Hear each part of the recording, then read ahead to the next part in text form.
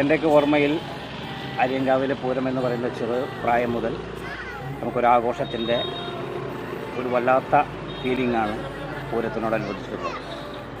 പ്രത്യേകിച്ച് ഇന്നത്തെ പോലെയല്ല പണ്ട് കാലങ്ങളിലെ പൂരം എന്ന് പറയുന്നത് വേലവരവും മറ്റു കാര്യങ്ങൾ മാത്രമേ ഉണ്ടായിരുന്നുള്ളൂ.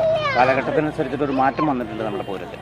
വൈകുന്നേരങ്ങളിൽ നമ്മുടെ അമ്പലത്തിൽ ഈ പ്രദേശത്തെ തട്ടകത്ത നിവാസികൾക്ക് അവരുടെ കലാപരമായ കഴിവുകൾ പ്രകടിപ്പിക്കുന്നതിന് കമ്മിറ്റി വളരെ വിപുലമായ രീതിയിൽ പ്രാദേശിക കലാപരിപാടികൾ സംഘടിപ്പിച്ചിട്ടുണ്ട്. അതുപോലെ തന്നെ നിറമാല, ഇവിടെ 21 ദിവസമാണ് നിറമാലകളുള്ളത്.